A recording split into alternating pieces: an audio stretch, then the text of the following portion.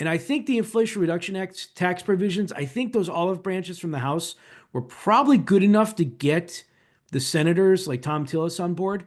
Maybe some additional changes, but not to the point where I think it's going to be all that material.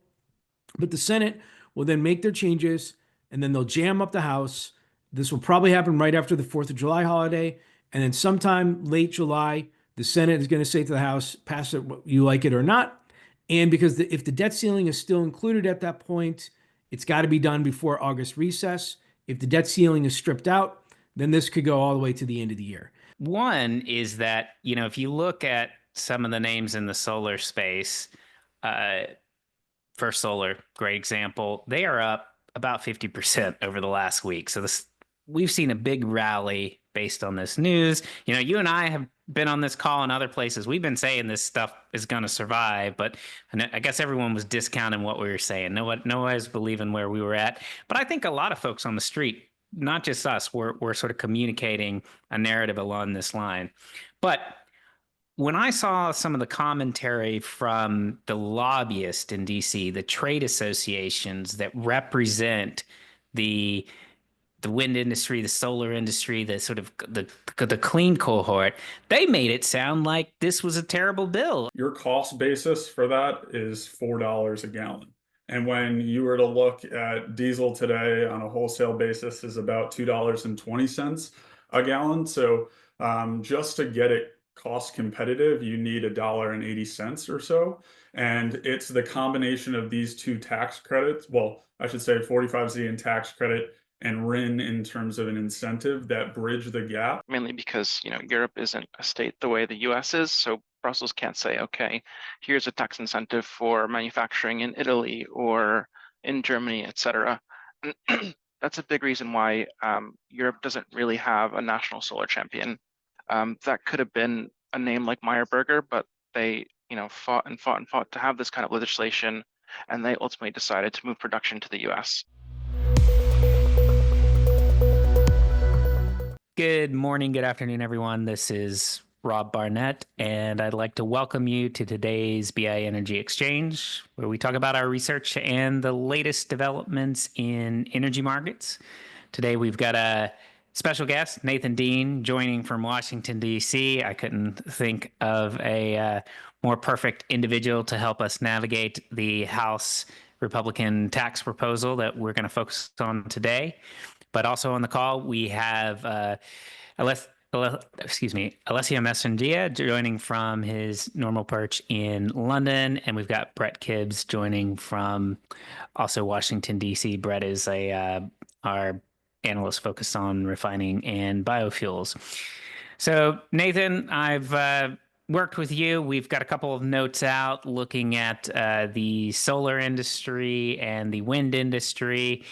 I think my interpretation of the House proposal is that it's far from a worst case scenario. If you're thinking about some of the tax incentives that were included in the Inflation Reduction Act, I think you could have imagined a scenario where there was just a straight repeal of the IRA, but many of the credits that are used by the industry, in my mind, I've been quite focused on the 45X manufacturing tax credit that was scheduled to wind down in 2032. Now it's going to wind down in 2031. So, for the foreseeable future, that credit, it appears like it will remain in place, assuming that the tax package as is currently crafted goes forward. So just give us a sense, if you will, on kind of, is this the final bill? Can we take this as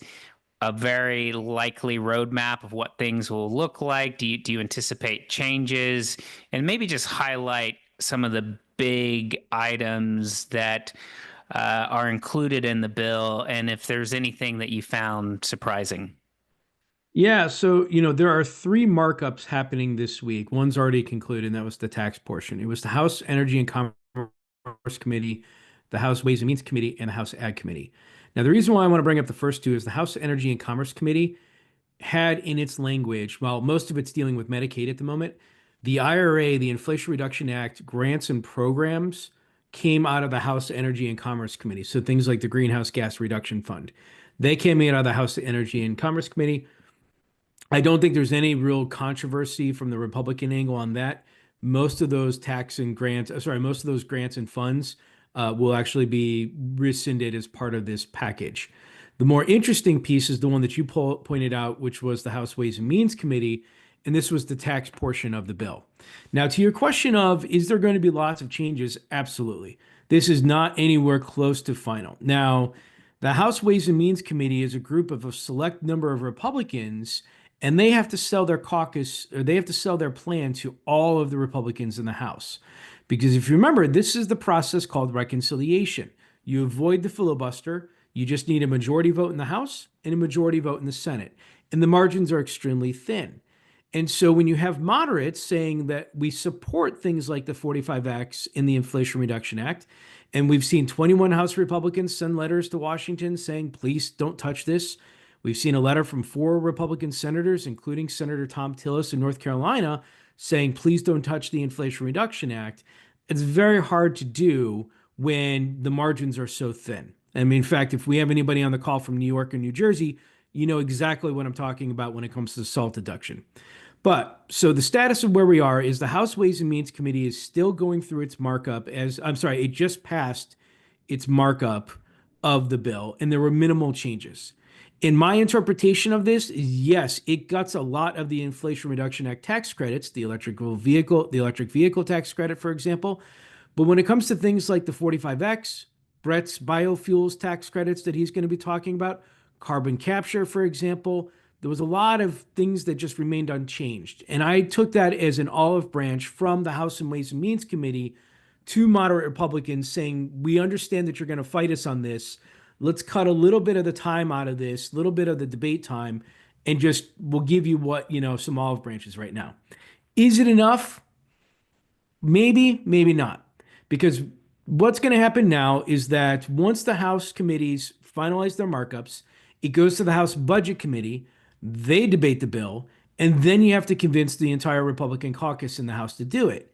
And what happened is that the House plan allocated for $4.5 trillion worth of tax cuts. The Joint Committee on Taxation just yesterday said that the House Ways and Means Committee would only cost $3.7 trillion. That's a lot of money that's left over that you can play with. So if I'm the SALT caucus, for example, throw me some extra money. If I want some more additional Inflation Reduction Act relief, throw me some more money. And so the House, I think, will just have those debates. I think as of right now, the tax provisions are going to be close for the IRA, as close to where they are right now. And I think the House will pass this probably 1 to 2 weeks after Memorial Day, which is the late bank May holiday for those of you in the UK. I think it's 1 week later. Alessio can correct me when we get there. But early June, look for the House to pass this. Then it goes to the Senate. Senate's going to say, thank you very much. We really appreciate it. And then they're going to throw it over their shoulder and then completely ignore it. And then the Senate is going to then jam the House with whatever they want to do.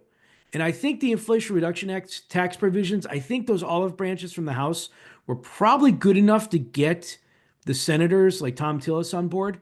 Maybe some additional changes, but not to the point where I think it's going to be all that material.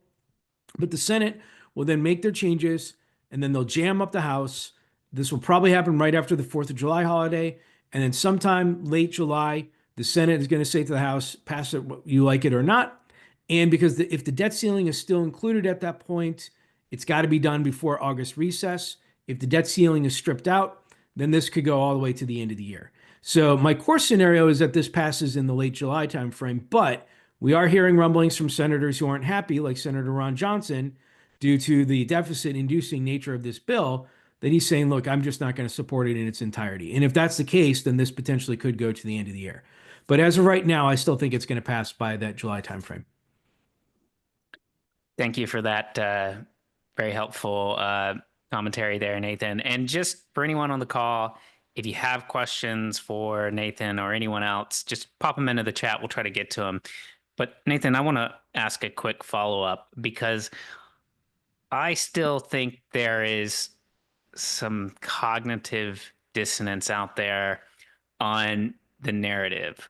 One is that, if you look at some of the names in the solar space, First Solar, great example. They are up about 50% over the last week. So we've seen a big rally based on this news. You know, you and I have been on this call and other places. We've been saying this stuff is going to survive, but I guess everyone was discounting what we were saying. No one was believing where we were at. But I think a lot of folks on the street, not just us, were sort of communicating a narrative along this line. But when I saw some of the commentary from the lobbyists in DC, the trade associations that represent the wind industry, the solar industry, the sort of the clean cohort, they made it sound like this was a terrible bill. So reconcile that a little bit for me. I mean, I think, you know, the idea that you get 45X through 2031, that's a pretty good deal, especially if you thought it could completely get reversed. So, you know, tell me how to reconcile kind of the expectations on this type of subject. I think it's just a Washingtonian versus a New York or London mindset in terms of what are your priorities. And for those of you in the investment community, your priority is what's going to happen in the market within the next day or within the next week. And from the Washingtonian perspective, they're talking about things will happen years from now. And so, you know, the Inflation Reduction Act was one of President Biden's key accomplishments. And this bill certainly guts most of it, most of the grant provisions of it. And obviously, there are tax credits that are ultimately gutted as part of that. And so, if you look at gutting President Biden's one of his key accomplishments, that's not good news for those of you who are in this space where, you know, you're trying to achieve, you know, 10, 15, 20, 30 years now, some significant change. So, I think there's some disconnect in terms of like, how are you actually viewing this and what your priorities are? Okay, thanks, Nathan. Appreciate the color there. Brett, let's get you into the conversation. You've got a note out as well, looking at the implications, particularly for the biofuel-focused players here in the U.S. If you could give us a sense, you know, what are the key credits there for that industry? What does the bill do? And what's your read into the market implications? Yeah, no, absolutely. I think first and foremost, it's important to think of this in the context of what Nathan laid out, right? We're still in very much the early stages of this and things are subject to change. But the biggest debate, really in uncertainty, the tax credit is one leg of the stool for biofuels. But even at the core here, there was a lot of debate of whether or not 45Z would be affirmed as this new modernized tax credit, or if we were going to go back to an environment of the legacy blenders tax credit. So I think what this bill does in introducing and saying we're going to extend 45Z out to 2031, which is 4 additional years, one just shows the political support for 45Z as the new modernized tax credit, which again is supportive from the industry perspective. Then the other layers within this bill and how they were kind of different, there were, you know, 3 big ones. The first of which is they removed the transferability clause after 2027.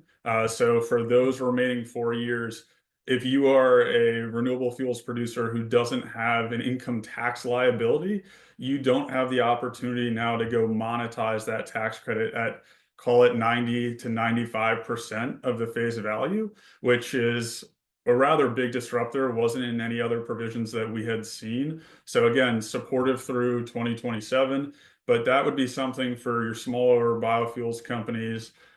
Most of them don't have the income tax liability.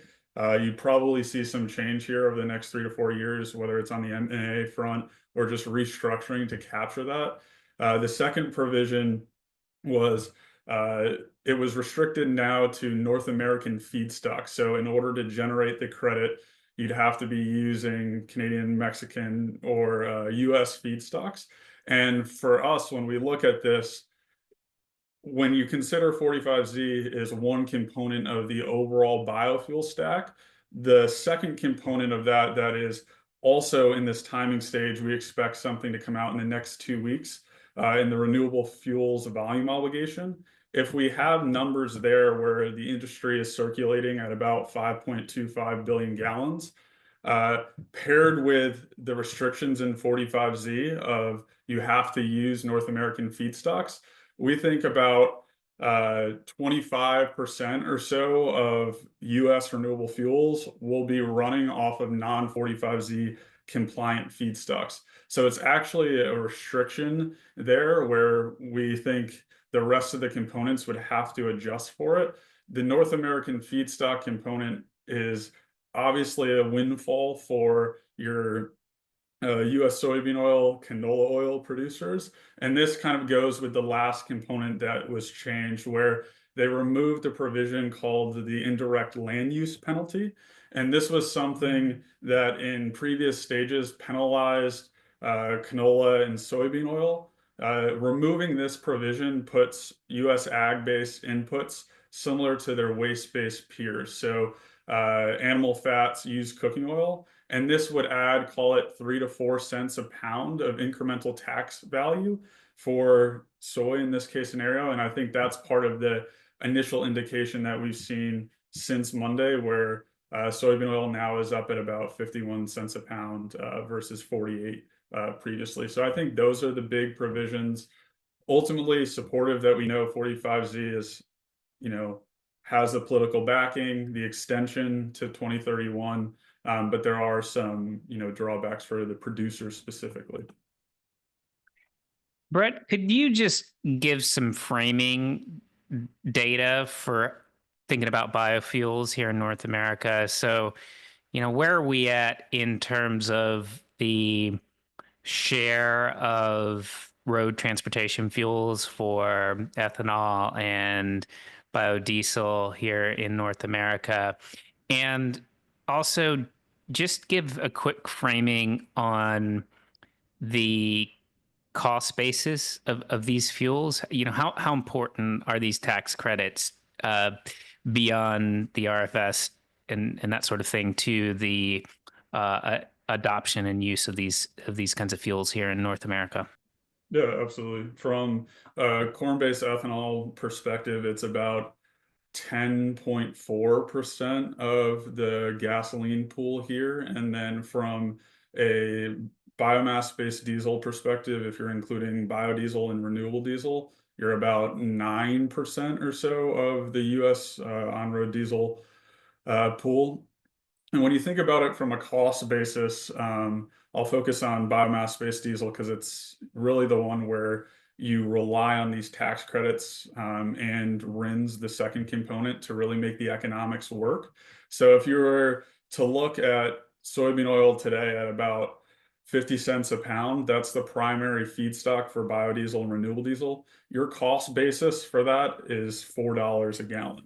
And when you were to look at diesel today on a wholesale basis is about $2.20 a gallon. So just to get it cost competitive, you need $1.80 or so.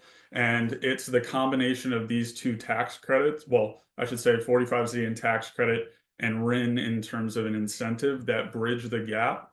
In our view, though, 45Z is more so an optimization mechanism that allows you what feedstock to run. And it is an incentive that would support US producers over foreign biofuels, because the other tax credit or incentive being the RIN is non-restrictive on where that fuel comes from, whereas 45Z is reserved specifically for US producers. Thanks, Brett. Okay, Alessio, let's get you into the conversation. You got a note out specifically looking at the wind names. And for anyone that didn't follow the minutia of the proposal, I think the one interpretation of the bill is that it's not quite as friendly to the wind industry as it is to the solar industry. That being said, some of the wind players also got a pretty good bump in their share price following the release of the proposal. So, Alessio, break down how to think about the dynamics of wind versus solar, particularly after you've had a chance to look at the bill. Thanks, Rob. So before I start, just to answer Nathan's question from before, we actually get 2 bank holidays in May. We get the first Monday and last Monday off. So double the fun, but maybe not as much sun. bit opposite in the US. So in the US, sun, or at least solar power by President Trump was viewed as more favorably. The 45X tax credits were preserved at least until 2031, which, provided a very strong uplift for companies like First Solar, like you were saying before, Rob. They're up about 50% over the last week. On the wind side, however, we saw those same tax credits for US-based manufacturing cut to about to the end of 2027. So 4 years sooner than maybe expected. But this was actually seen as good news because just the way wind has been treated in the US over the past year, with offshore permitting being gutted by the Trump administration. This was actually welcome news saying, okay, we preserved this pipeline for the next couple of years, and then we're going to reassess. Thanks, Alessio. So we do have a couple of questions in the chat, or IB'd over to me, that relate to transferability. And basically, for anyone who's developed solar or wind projects, it's one of the things you'll see companies do is they'll essentially sell the tax liability to another party that has a tax obligation that they can use to reduce their tax rates. It's pretty common practice, and I think the bill does limit the use of transferability going forward. And so what I think the way to think about that is, if you had a tax, if you're a company that doesn't have a tax liability, then you won't necessarily benefit from the ITC PTC being available because you won't be able to transfer it to someone else who might have a tax obligation even if you don't. So that is a fairly healthy change to kind of thinking about this. So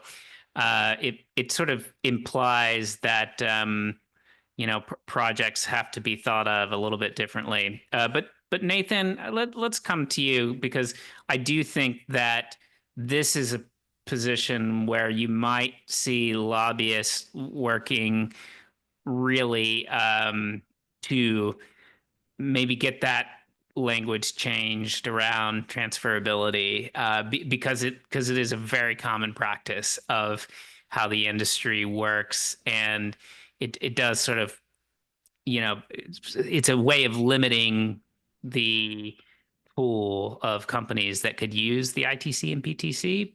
So what's your sense? Is this too much in the weeds to where folks won't want to tackle it, or is this the kind of thing that maybe potentially gets amended, changed as folks think about it? And maybe just on that same line, it's been quite clear that the Trump administration has a bone to pick with the wind industry. And this is a long, complicated story there as to why, but is there any chance that maybe the wind industry ends up with the same treatment that solar gets in the bill, instead of that carve out where they get sunset a few years earlier than solar? Yeah, so on the transferability question, I like to say that, like, the reason, what is the rationale? I honestly don't know, but my guess here is that we've seen a lot of Republicans want to say we're going to try and keep the IRA, quote unquote, honest. And what they mean is that try and prevent what they call the double dipping of, the transfer of tax credits, and that essentially, the tax credit is going to the individual who's actually, the one putting the dollars behind. Now, I'm not sure I agree with that methodology, but that's what I've heard. And I certainly can see, this language getting a little bit tightened up, because look, if there's a lobbyist in town, you made a joke about, you talked about being in the weeds. There's a lobbyist for everything in this town. I mean, you name the most minute thing, and there is somebody in this town who is lobbying on this. And so it wouldn't be surprised if the transferability language gets tightened up. It didn't in the markup. At least I'll have to confirm, but I don't believe it did. So I do think that there's an opportunity here, but also just remember, the markup was the opening goalpost. This is not what we should ultimately care about. What we care about is when the Senate takes the plan and throws it over the shoulder. That's the point. So I would say is to this point, let's look and see what happens in the Senate. I would say let's look and see if there's any Senate leaders who have talked about this. I'll definitely take that as my homework. And then to the wind industry, Rob, we did some events in London last year, and everybody brings up President Trump and wind because of the golf course. And, yes, I do believe that President Trump does not like wind because of the golf course. But I also don't think President Trump would get that minute into the details of this bill once and if the Senate and House agree on it and then send it to the White House. I don't think President Trump at that point would say, you know what, you gave the same treatment to the wind industry that you did to the solar industry. Why are you doing this? Let's kill it. It's certainly possible. But I would say the wind industry in particular needs to convince the Senate Republicans to begin to try and up that language. And I'm not sure they can get there just because when the alternative is you've got the entire wind tax credit in its entirety, in some of the Republican eyes, we've already given you the olive branch. So, but we'll stay tuned and we'll see. Yeah, very, very good, Nathan. Alessio, let's get you into the conversation again. And I'm curious to get your read on how Europe is thinking about this type of bill. When the IRA first passed, I was actually living over in London at the time, and regularly hear from folks in Europe kind of saying, "Hey, this is unfair. You're subsidizing the solar industry. You're subsidizing the wind industry. You're doing all these things," and it sort of, in many ways, was a signal that the sort of free trade era is maybe no longer the one in which we're living, because the U.S. was sort of quite engaged in industrial policy. And in some ways, I think the read between the lines here is that industrial policy is actually going to continue, or many aspects of it will continue under the Trump administration. So, can we expect that Europe will respond and do anything similar to the IRA? Are there efforts to onshore the solar supply chain in Europe like we are seeing here in North America? So I would love to say yes, but I don't know how possible that is. Mainly because, Europe isn't a state the way the US is. So Brussels can't say, okay, here's a tax incentive for manufacturing in Italy or in Germany, etc. That's a big reason why Europe doesn't really have a national solar champion.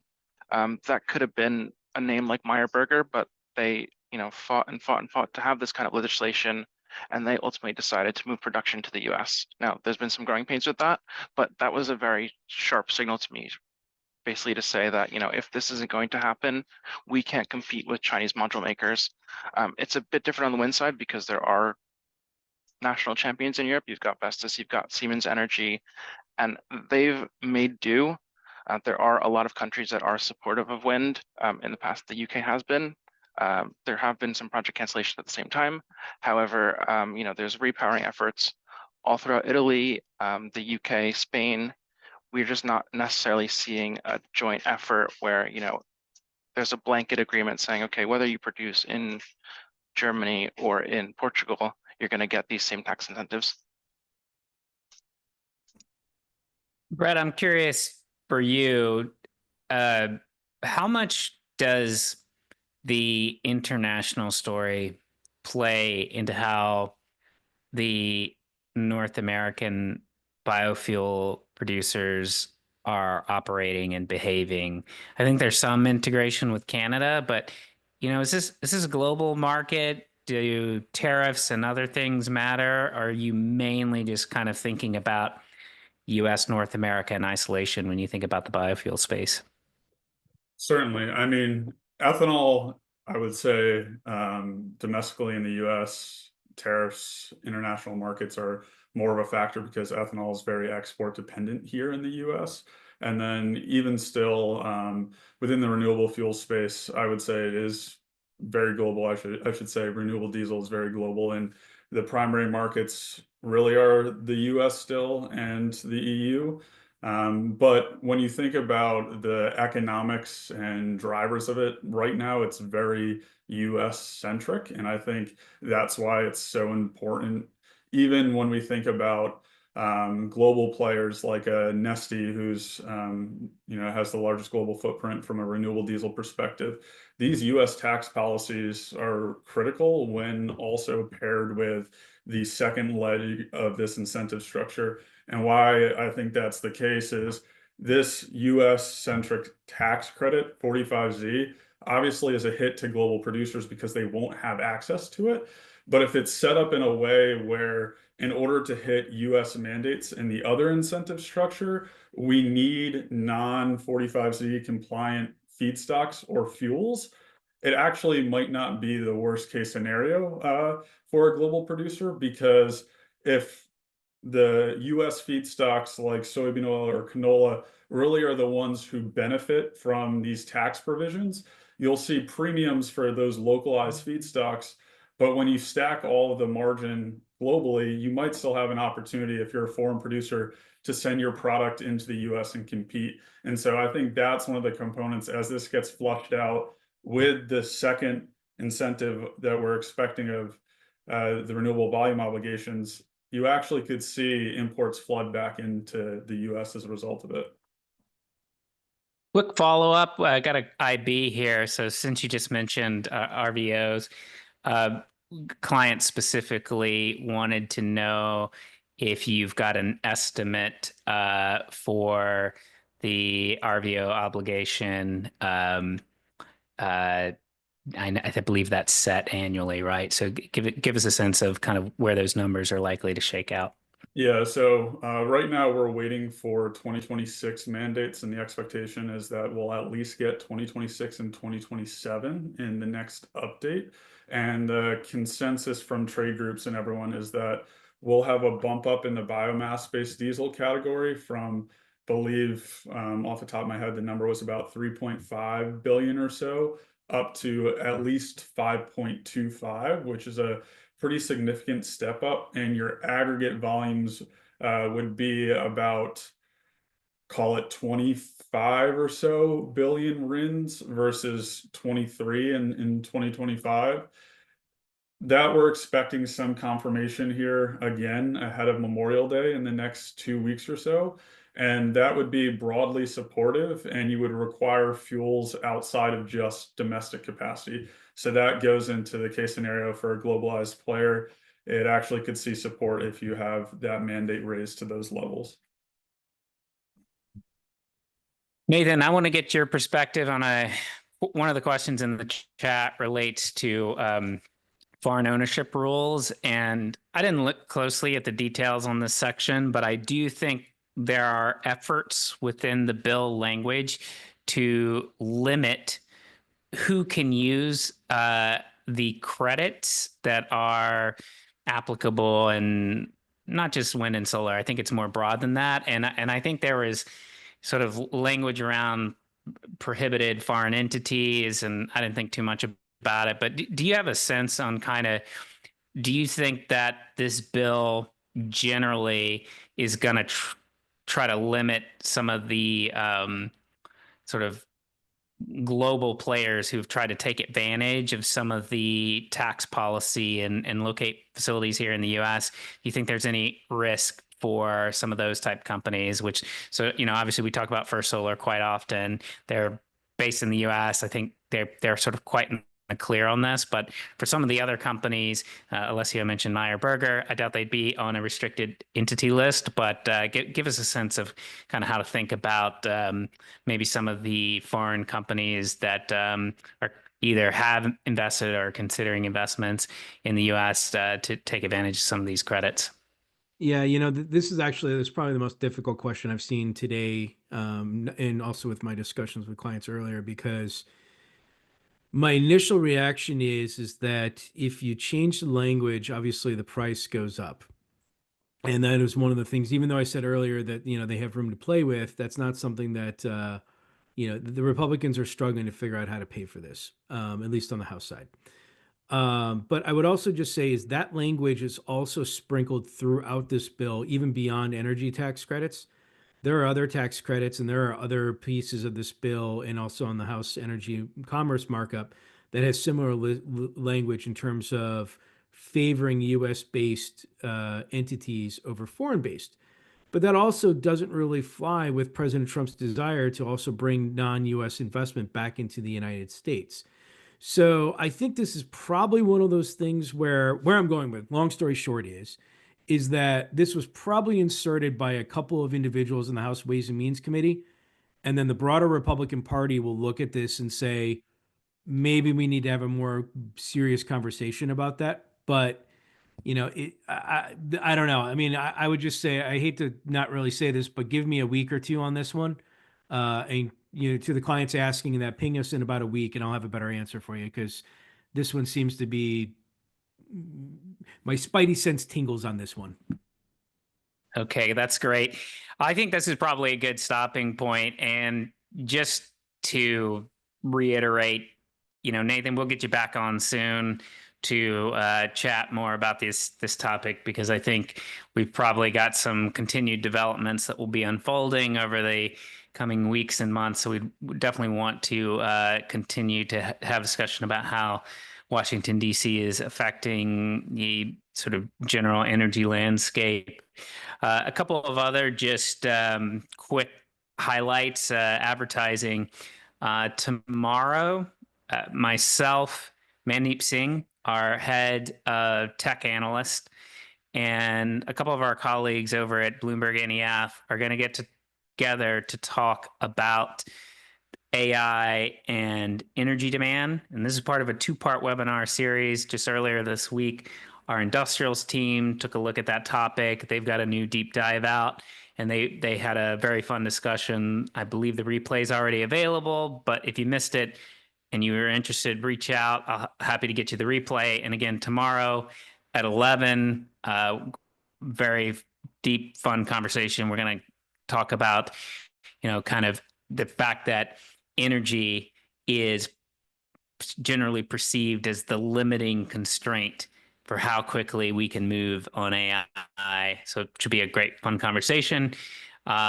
Following up from that, I would just say next week on this call, Sally Omaz and I will both be on it. We'll be joining live from the Qatar Economic Forum. And so we'll try to share, give a readout from some of the discussion that we're hearing on the ground there. So if you happen to be attending the forum, reach out. We'd love to say hello, grab a coffee. And if you're not attending, but you want to get a sense of what the discussion is like, join this call next week. And then the following week, the last Wednesday of this month, May 28th, we're going to have Tim Latimer on from Fervo Energy. If you don't know Fervo, they are a company that's a bunch of former oil and gas folks, very up to speed on fracking, all the sort of modern drilling techniques, and they're taking that technology and applying it to the geothermal space. They've got some very interesting demonstration deployment type projects out there in the ether that we'll be talking about. So that should be a very fun conversation. And then last but not least, just keep an eye on our, bios. And if you want to have follow-up on any of these topics, we will be putting out continued research. And if you have a question, you're not seeing the answer, just shoot us an IB. We're all green dots. So, yeah, take care, everyone. And we hope to see you all next week. Thanks a lot, guys.